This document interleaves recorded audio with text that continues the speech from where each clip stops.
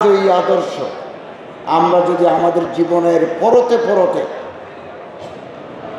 আমল করে চলি তাহলে আমাদের জীবনধারা আলোকিত হয়ে যাবে। আমাদের ভিতরে যে জেহালত আছে, অন্ধকার আছে, সেটা দূরীভূত হয়ে আমাদের অন্তরাত্মা, আমাদের জীবনাচার আলোকিত হয়ে যাবে। আপনারা লক্ষ্য করবেন, আমরা যারা মুসলমান আমাদের জীবনধারায় রসুলের শিক্ষা, রসুলের আদর্শের অনুবর্তিতা মিনিমাম। আমরা মুখে যত বলি, প্র্যাকটিক্যালি আমরা এগুলো আমল করি না। থিওরির সাথে প্র্যাকটিসের সাযুজ্যের অভাব আছে। আমি আপনাদেরকে বলি, আপনারা অনেকে গেছেন Laos, Cambodia, Vietnam, Thailand, Indonesia, Malaysia হয়ে চীন হয়ে মঙ্গোলিয়া পর্যন্ত।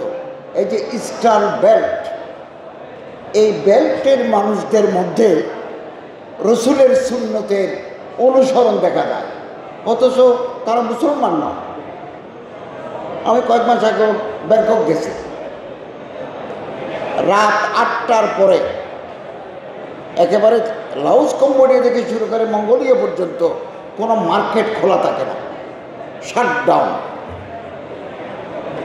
এবং শহর নির্জীব হয়ে পড়ে, যানবাহনের চলাচল সীমিত হয়ে পড়ে, সড়ক বাতিগুলো নিভে যায়। এটা তো রসুলের সুন্নাত। আল্লাহ রসুল সাল্লাল্লাহু আলাইহি ওয়াসাল্লাম এশারের নামাজের আগে রাতের খাবার গ্রহণ করতেন, এশারের নামাজ পড়ে তিনি ঘুমাতেন। এখন আধুনিক জমানার চিকিৎসকরা বলছেন রাতের বেলা খাবারের উপযুক্ত সময় হচ্ছে 7টা। তো আমরা তো খাই 11টায়, 12টায়।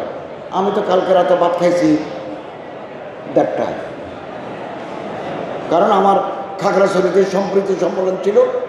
ওখান থেকে আস্তে আস্তে গভীর রাত, তারপরে বাসায় এসে ভিজিটরদের সাথে আলোচনা করে ভাত খেতে খেতে গভীর রাত।